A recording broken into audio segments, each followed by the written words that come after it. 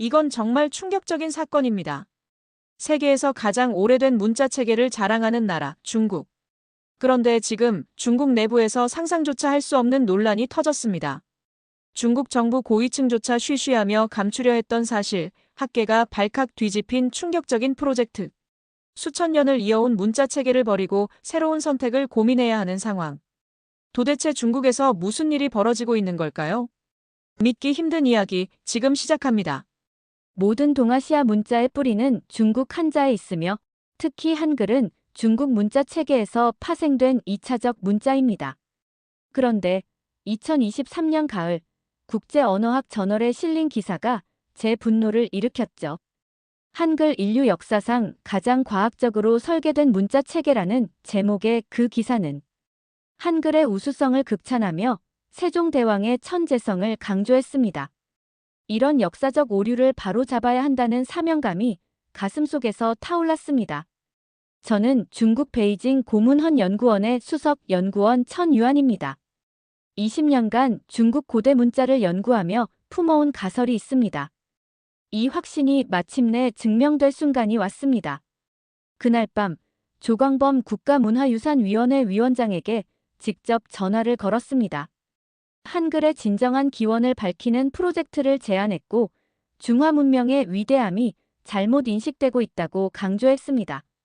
조광범은 제 열정에 감명받은 듯했고 공식적인 제안을 요청했습니다.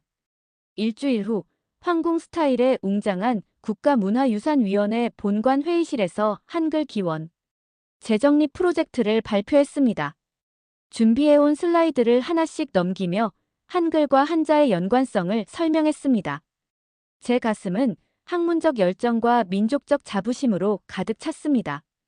이것은 단순한 연구가 아닌 중화 문명의 정당한 위치를 회복하는 역사적 사명이었습니다. 발표를 마치며 이 연구로 한글이 중국의 영향 없이는 탄생할 수 없었음을 증명할 것이며 세계가 진실을 알아야 한다고 역설했습니다. 팡리웨이 교육부 관료가 프로젝트에 필요한 자원을 물었고 최신 디지털 기술을 활용한 고문헌 분석 시스템, 국제학술대회 개최 예산, 그리고 최고의 연구팀이 필요하다고 답했습니다. 조광범이 고개를 끄덕이며 전폭적인 지원을 약속했습니다. 연구실로 돌아온 저는 창밖으로 베이징의 황혼을 바라보며 깊은 만족감을 느꼈습니다.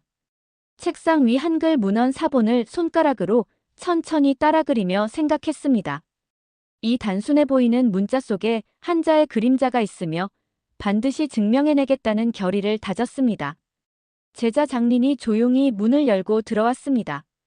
31세의 디지털 고문헌 복원 전문가인 그는 한국 유학 경험이 있어 이 프로젝트의 완벽한 인재였습니다. 그러나 그의 눈빛에서 미묘한 망설임이 느껴졌습니다. 이 연구의 가능성과 한글의 독창적 창제 원리에 대한 의문을 제기했지만 단호하게 그의 말을 끊었습니다. 학문에는 신성한 우상이 있어선 안 되며 진실만을 좇을 것이라고 강조했습니다. 당시의 제 확신이 얼마나 아이러니한지 그때는 알지 못했습니다. 책상 서랍에서 우연히 발견한 할아버지의 낡은 사진 뒷면에 적힌 1953년 조선 방문이라는 글귀가 품고 있는 충격적인 비밀을 그때는 상상조차 할 수 없었습니다. 그렇게 저는 제 인생을 완전히 뒤바꿀 진실을 향한 여정을 시작했습니다. 열정과 확신으로 가득 찬 채 결국엔 모든 것을 의심하게 만들 그 위험한 길을 자발적으로 선택한 것입니다. 프로젝트 시작 2달 만에 첫 성과를 이뤘습니다. 송나라 시대 의문학자 사마광의 문헌과 한글 자음 체계 사이의 유사성을 발견한 것입니다. 우리 팀은 한글 자음 기역, 니은, 미음이 중국 고대, 한자의 단순화된 형태와 유사하다는 가설을 세웠습니다. 사마광의 자운표례에 기록된 의문 체계와 한글의 분류법이 일치한다는 점이 특히 흥미로웠죠. 세종대왕이 중국 의문학을 깊이 연구했다는 역사적 기록과 결합하면 한글 창제에 중국 문자 체계가 결정적 영향을 미쳤다는 증거가 되는 셈이었죠. 연구실은 활기로 가득 찼습니다.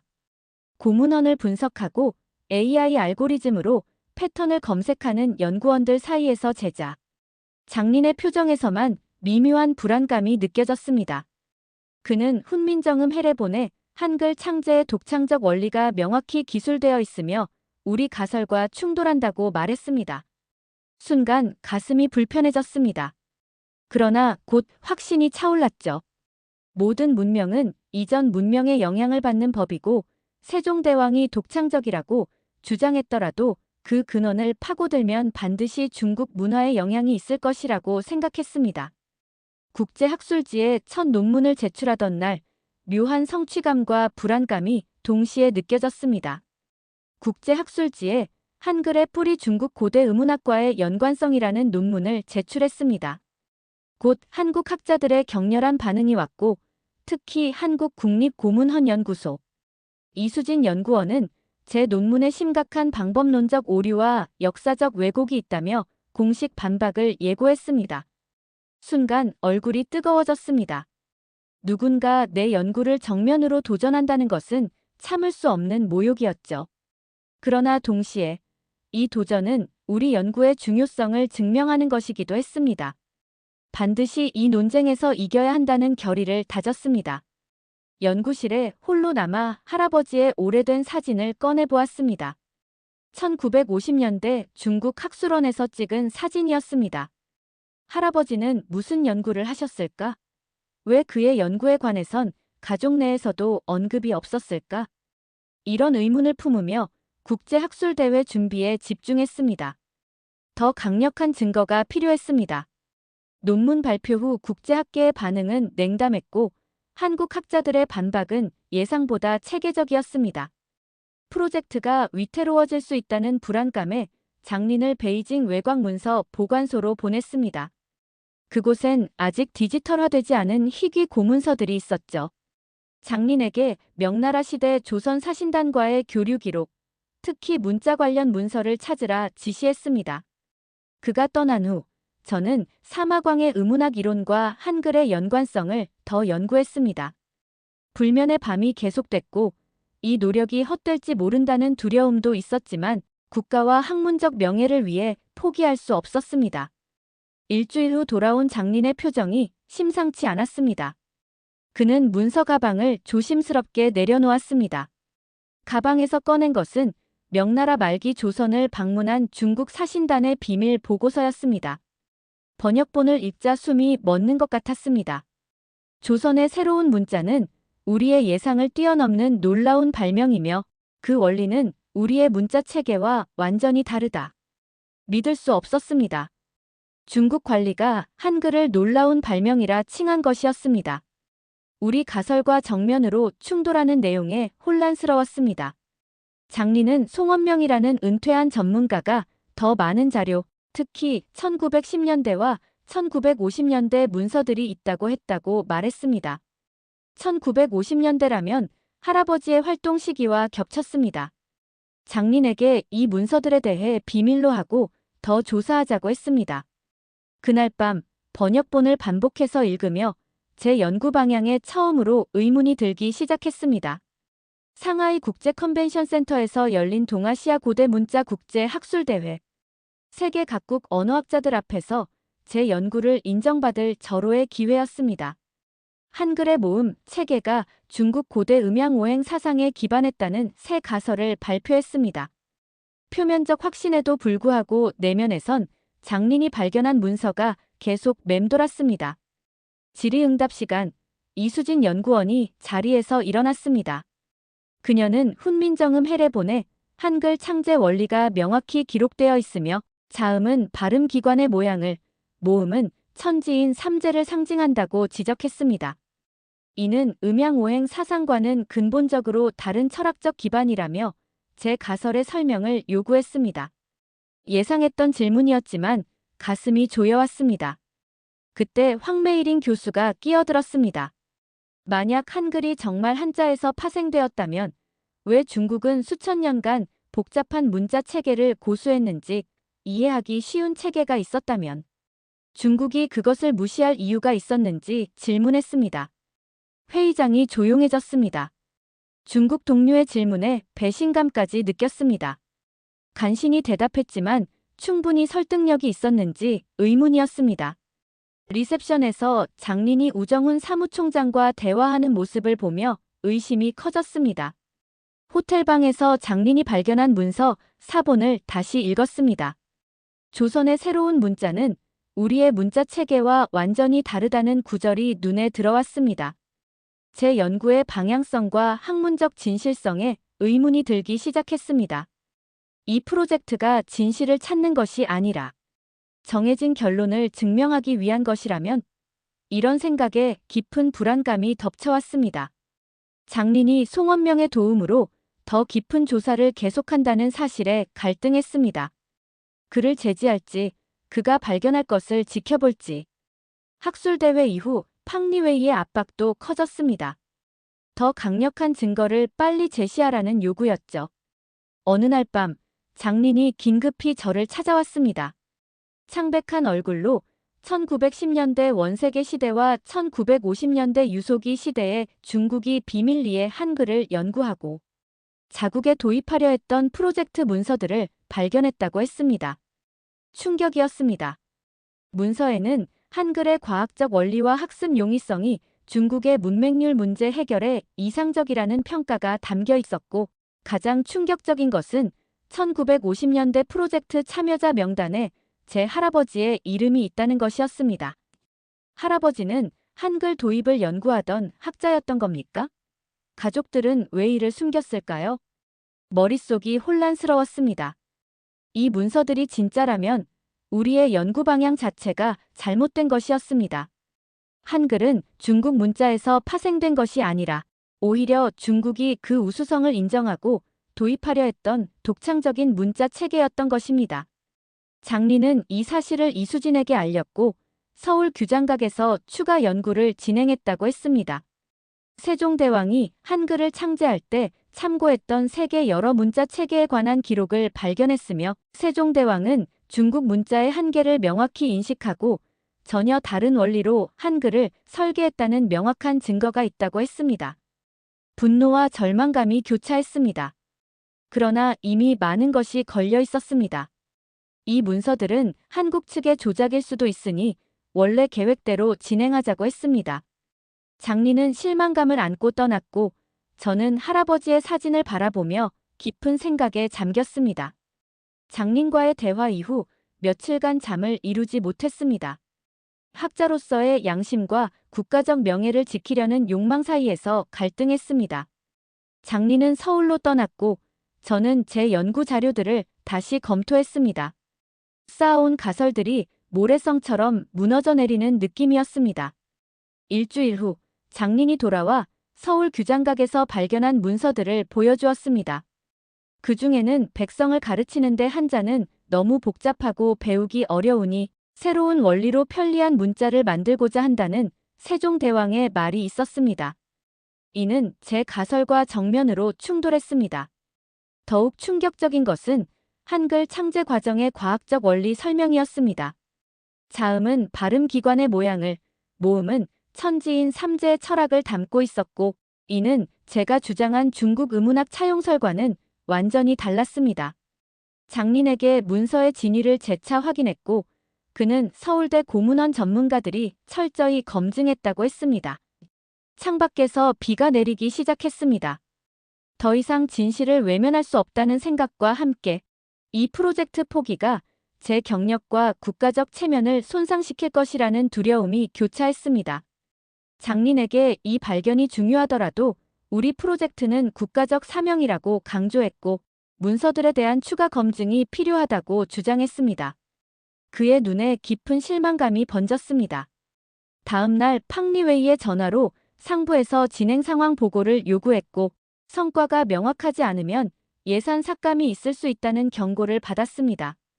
압박이 커지는 가운데 할아버지의 사진을 보며 그의 연구자료가 우리 옛집에 있을지 모른다는 생각이 들었습니다. 더 이상 미룰 수 없었습니다. 답을 찾아야 했습니다. 베이징 외곽 부모님 집으로 향했습니다. 어머니는 제가 할아버지의 옛 연구 자료를 찾는다고 하자 표정이 굳어졌습니다. 다락방 구석에 낡은 목재 상자를 보여주며 어머니는 할아버지의 연구가 가족에게도 비밀이었고 정치적 이유로 평생 숨겨야 했다고 말했습니다. 상자 안에는 일기와 연구 노트들이 가득했습니다. 1950년 9월 15일자 기록에서 할아버지는 한글의 과학적 원리에 깊이 감명받았고 유소기의 비밀 프로젝트에 참여해 한글의 중국 도입 가능성을 연구했다고 적고 있었습니다. 마지막 페이지에는 프로젝트가 정치적 이유로 중단되고 부르주아 학문에 오염되었다는 비판을 받았다는 쓰라린 고백이 있었습니다. 그러나 할아버지는 한글은 세종대왕의 독창적인 발명이며 그 우수성을 인정하는 것이 진정한 학자의 자세라고 적었습니다. 눈물이 차올랐습니다. 할아버지는 진실을 위해 고통받았는데 저는 그 진실을 왜곡하고 있었습니다. 베이징으로 돌아오는 길 결심이 섰으나 이미 늦었습니다. 연구소에 도착하자마자 조광범 위원장의 긴급 소집 통보를 받았습니다. 장린의 폭로 논문 한글의 진정한 기원 역사적 진실과 오해가 국제학술지에 게재된 것입니다.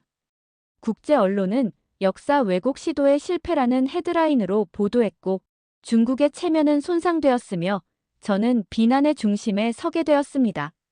그날 밤 조광범 위원장과의 긴급 회의에서 그의 표정은 분노보다 깊은 피로감으로 가득했습니다. 회의실은 무거운 침묵으로 가득 찼습니다. 회의실에 모인 고위 관료들은 장린을 배신자로 몰아세우며 그의 논문이 조작되었다고 주장해야 한다고 했습니다. 그러나 제 마음은 이미 결정되어 있었습니다. 자리에서 일어나 할아버지의 일기와 연구 노트를 꺼내며 장린의 발견이 사실이며 저도 할아버지의 기록으로 이를 확인했다고 고백했습니다. 한글은 세종대왕의 독창적인 발명이며 중국은 과거에 그 우수성을 인정했다는 사실을 더 이상 부정할 수 없다고 말했습니다. 회의실은 충격에 빠졌지만 조광범 위원장은 깊은 한숨을 내쉬며 고개를 끄덕였습니다. 때로는 진실을 인정하는 것이 더 큰 용기를 필요로 한다고 말한 그는 장린의 발견을 부정하지 않고 이를 기회로 삼아 한중 공동 연구팀을 구성하여 동아시아 문자의 역사와 상호 영향에 대한 새로운 연구를 시작하자고 제안했습니다. 한 달 후 서울에서 특별학술 심포지엄이 열렸습니다. 저와 장린, 이수진이 공동 연구 계획을 발표하는 자리였습니다. 강당은 전 세계 언론과 학자들로 가득했습니다. 단상에 오르기 전 장린과 이수진의 눈에서 이해와 존중이 느껴졌습니다. 우리는 이제 경쟁자가 아닌 진실을 함께 추구하는 동료였습니다. 마이크 앞에 서서 학자로서의 실수를 인정하고 한글이 세종대왕의 독창적인 발명이며 그 과학적 원리와 우수성은 부정할 수 없다고 말했습니다. 할아버지의 이야기와 그가 겪었던 고난도 나눴습니다. 진정한 학문은 자국의 우월성을 증명하는 것이 아니라 인류 문화유산의 다양성과 연결성을 이해하는 것입니다. 이 말로 한글과 한자, 두 위대한 문자, 체계의 상호 영향과 발전 가능성을 연구하는 새로운 여정을 시작했습니다. 1년 후 우리의 공동 연구는 동아시아 문자의 상호 영향과 독창성이라는 책으로 출판되었습니다. 할아버지의 무덤 앞에 이 책을 놓으며 조용히 눈물을 흘렸습니다. 진실을 인정하는 것이 가장 어렵지만 그것이 우리를 자유롭게 한다는 사실을 깨달았습니다. 할아버지가 그토록 바라던 진실의 순간을 마침내 맞이한 것입니다. 오늘의 이야기는 여기까지입니다. 한 학자의 연구에서 시작된 이 논란은 단순한 학술적 토론을 넘어 한 나라의 역사와 정체성을 뒤흔들었습니다. 처음엔 명백한 결론처럼 보였던 가설이 예상치 못한 진실과 맞닥뜨리면서 결국 모든 것을 뒤바꿔 놓았죠. 이제 중국과 한국 두 나라의 학자들은 대립을 넘어 협력의 길로 나아가고 있습니다. 한글과 한자의 관계는 단순한 우열의 문제가 아닌 동아시아 문명의 복잡하고도 흥미로운 연결고리를 보여줍니다. 과연 이 연구는 앞으로 어떤 새로운 발견을 가져올까요? 더 놀라운 역사적 진실과 감동적인 이야기를 들고 다시 돌아오겠습니다. 오늘도 끝까지 시청해주셔서 감사합니다. 구독과 좋아요는 더 많은 흥미진진한 이야기를 전하는 데 큰 힘이 됩니다. 지금까지 놀라운 감동 사연이었습니다.